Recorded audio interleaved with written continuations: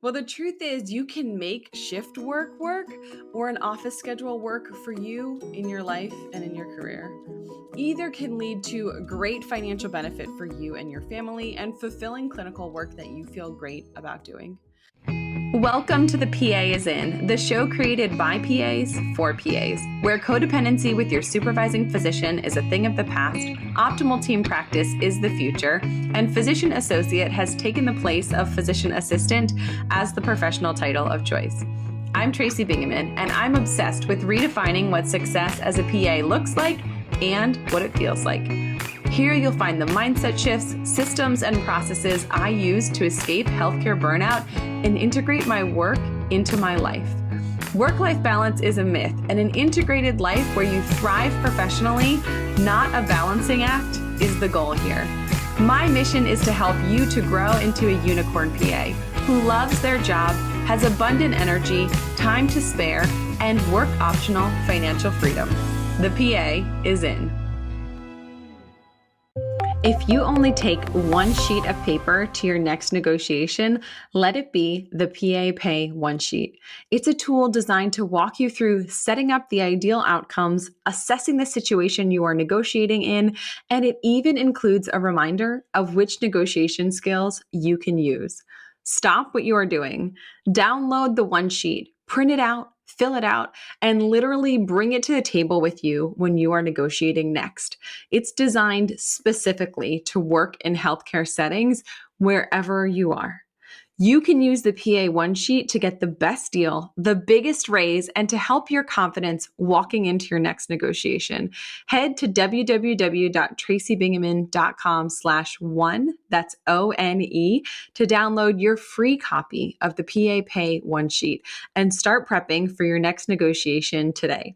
It's linked in the show notes, but in case you missed it, it's at www.tracybingaman.com/ONE. Recently, I was speaking to PA students, speaking to a group of students that were both first and second year graduate students.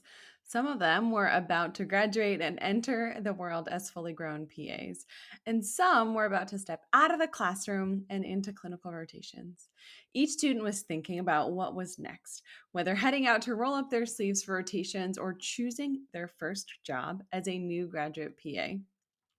During the question and answer portion of the presentation, where I shared about burnout and boundaries, one of the students raised the question of shift work versus a clinical position with quote unquote normal office hours as a first job. She asked whether I thought that burnout was more likely for shifts or clinic work in an office setting. Interestingly, during my presentation, the program director of the PA program where I was speaking was there. I shared my opinion that based on my experience with burnout, I thought specifically an inpatient position that was salaried, so sort of normal business hours, but without discrete shifts or relief, was most likely to lead to burnout. And I disclosed that I thought that was definitely skewed by my experience and the job where I was working when I burned out. The program director's background was in primary care, and she shared that she thought outpatient family practice was most likely to lead to burnout. We shared a chuckle and acknowledged that our perspectives were both skewed by our own personal experience with setting, shifts, schedules, and our own experiences with burnout. Like many clinicians, this is a decision that I have grappled with at various turns and twists and turns during my career. So I'm eager to talk about the pros and cons of shifts versus office hours today on The PA is In.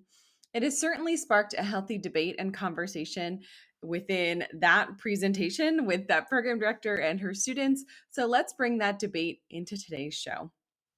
We're going to chat about the pros and cons of each type of practice setting and how to determine what's best for you, your life, and career based on the season that you are currently in. So, without further ado, here we go.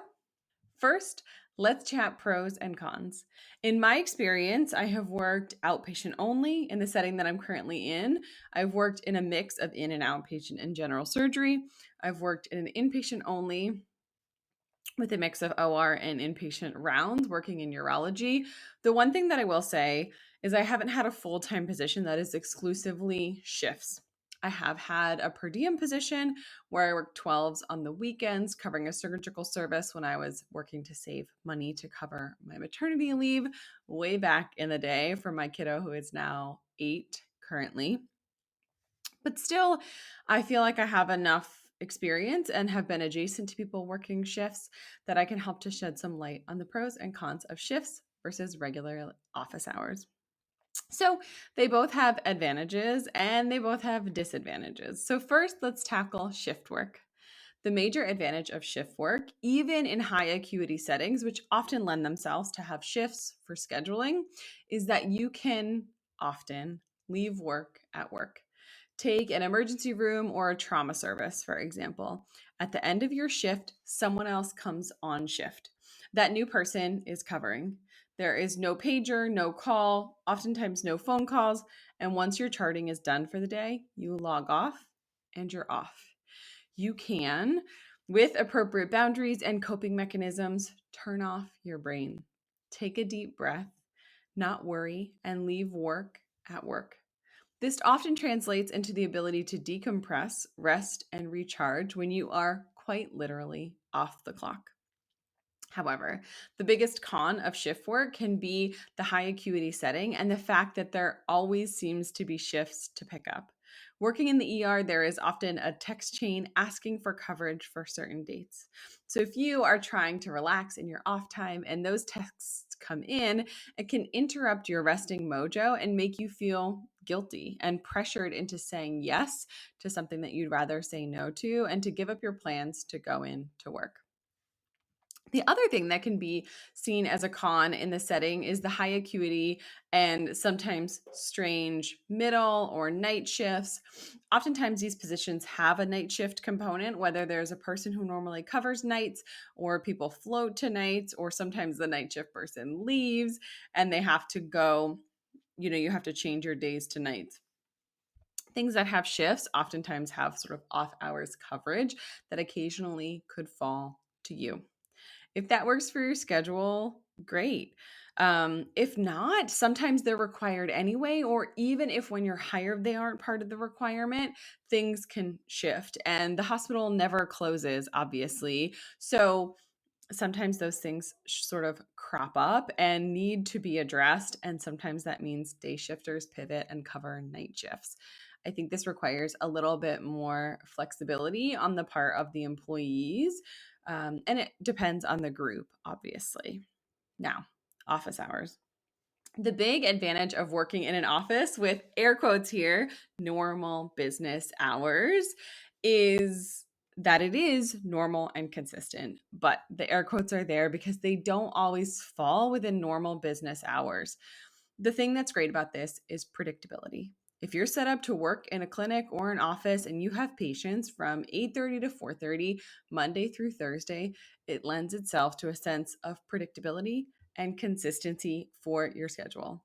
The con in this type of clinic work is that it often follows you home.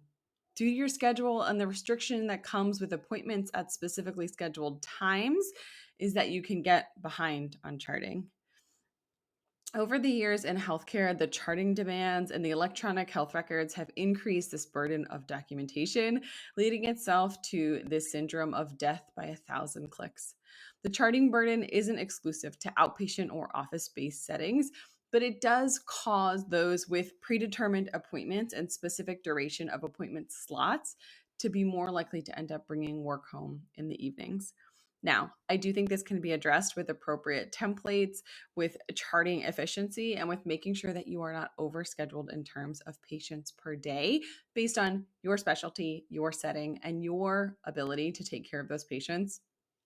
Spend time seeing and examining them and charting within a reasonable time, hopefully, ideally, during the day. A big pro of the office is that offices tend to observe more holiday closures, and this can be a big benefit for your life and your schedule if the things in your life outside of work run on a Monday through Friday schedule, or if you have others in your life with weekends and holidays that are off. So if you have school-aged kids, an office-based position might be great for you because when their school is closed, if your office is closed, you don't have to take a designated paid time off day in order to cover childcare or be home or be able to hang with them. One other con of office based clinical practice is that if your clinic books out weeks to months in advance, is that if you are sick or one of your family members are sick and you have short notice for illness or paid time off, conferences, or vacations, it can cause a scheduling snafu and make a headache for you seeing those patients or playing catch up on the back end. There's also this burden of following up on lab work and in-basket results for patients that you've been seeing. The best outpatient positions have designated administrative time or the ability for you to get caught up on reviewing those results throughout the day at blocked appointments or in a separate time frame. One of my very favorite things about being a podcaster is crossing paths with other incredible podcasters. If you love this show, especially when I share about my experience with healthcare burnout and recovery, you're going to want to check out the podcast Burnout: What I've Learned So Far, hosted by my friend Meg Letty. Meg is a former CT surgery PA turned advocate for healthcare provider wellness. Turn in to hear how she recovered from burnout and integrated well-being into her life to create a life of dreams, not nightmares. Add Burnout: What I Have Learned So Far with Meg Letty to your podcast queue to start your journey to wellness and healing today. No matter what your specialty is, if you're trying to choose a practice setting, if you're debating between shift work and office hours, there is one major thing to consider when you're thinking, what's best for me? Would shifts work well or would office schedule work well? It is your whole life. I bet you thought I was going to say time or money, right? Well, the truth is you can make shift work or an office schedule work for you in your life and in your career. Either can lead to great financial benefit for you and your family and fulfilling clinical work that you feel great about doing. But in my experience, it's what fits into your life during this season that is the most important. So before I had kids, before I burned out, I loved working late. There was nothing more exciting to me clinically than an unstable patient with free air and a bowel perforation. Seriously, sign me up for middle of the night laparotomies, running the small bowel, looking for that hole or obstruction that is causing a person to be hypotensive as their body responded to that insult inside of their abdomen. I thrived on that pager and I loved the thrill of heading to the hospital in the wee hours of the morning. Those days before we had our little ones challenged me clinically, and I learned so much during that time. They stretched me professionally and they also stretched me personally. They made me realize that middle of the night was exciting, but maybe not something that I wanted to do for the whole duration of my career. I certainly loved that aspect of my general surgery position back in the day, and I can still feel the excitement of that pager going off in the middle of the night and not knowing what I was going to see and how I was going to be challenged when I got to the hospital.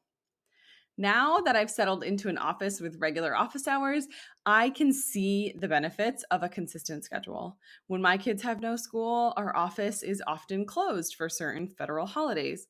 I can close my office well in advance to make sure I'm available during school break or for the Halloween parade or parent teacher conferences and teacher workshops. For me, I've really enjoyed this shift.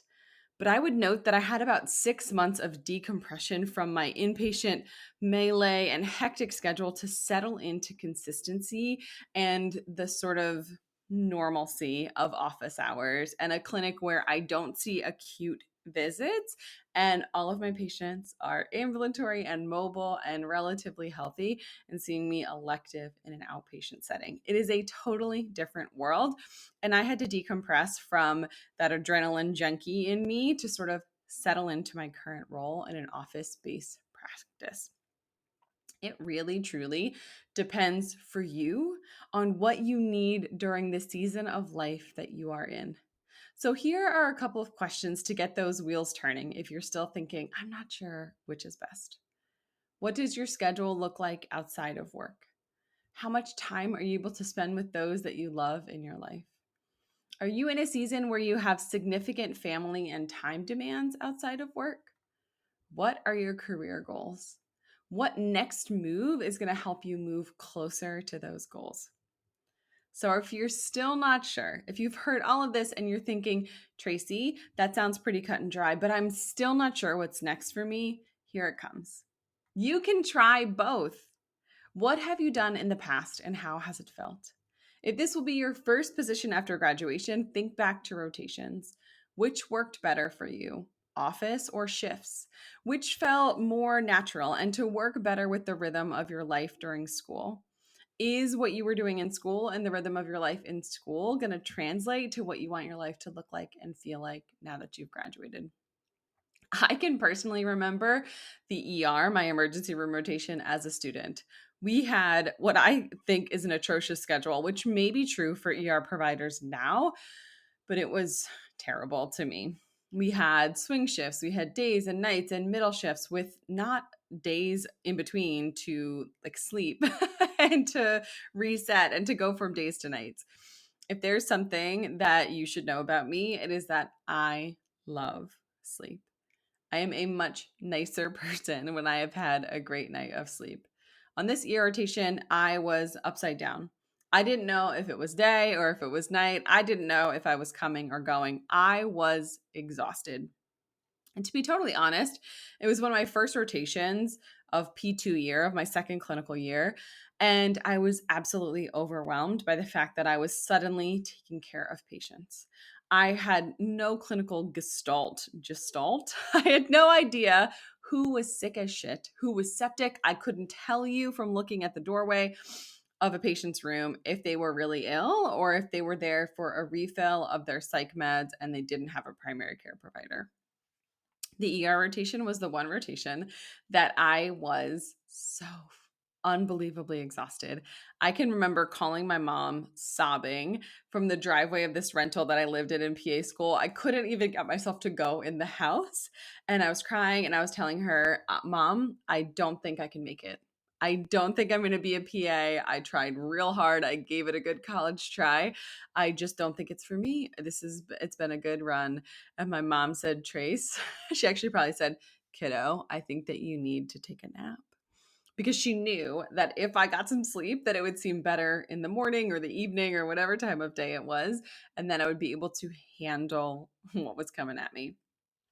My friend and virtual assistant, Sarah, she works shifts, specifically night shifts in the ICU, which is terrifying to me because I've never done the ICU and I love to sleep at night. For her family, this works great. That schedule would be truly terrible for me, but each person has a different life and schedule and responsibilities outside of work. Someday, I hope to have Sarah on the podcast. Sarah, if you are listening, come and be my guest so that she could share all about how this schedule specifically works for her family and how that has let her to thrive based on her responsibilities outside of work. I truly think there is not a right or wrong answer. Office works well for some people during some seasons. Shifts work well for some people during other seasons. The same could be true of inpatient and outpatient, acuity, and different settings and different specialties. I don't think that you can get this wrong. I think the way that you can mess this up is to not see that maybe what you've been doing isn't working so well. So if you feel like the schedule has really been butting heads and conflicting with the way that you are trying to live your life outside of work, maybe it's time to make a shift. And sometimes you don't even need to change practices to make a shift. Sometimes you can switch your schedule around within your current practice setting, group, or department. I hope this episode has helped you to get those wheels turning and helped you to decide what would be the next best choice for you, office or shift work in your career and in your life. Remember, the next move can help you to reach your career goals, personal achievements, and it can help you to have the time and energy so that you can dedicate to both work and life. That's all for today. This PA is out. Congratulations, you've just joined an awesome club. By listening to a full episode of The PA is In, you are officially on the Unicorn PA team. Welcome aboard. What most team members do is they subscribe to the podcast because that allows them to automatically get the latest episode of the show. The life of your dreams exists on the other side of taking action. Keep making small shifts and keep getting better. Your life will improve, your career will soar, and you will have the confidence you need to create your own success. I will see you in the next episode. This PA is out.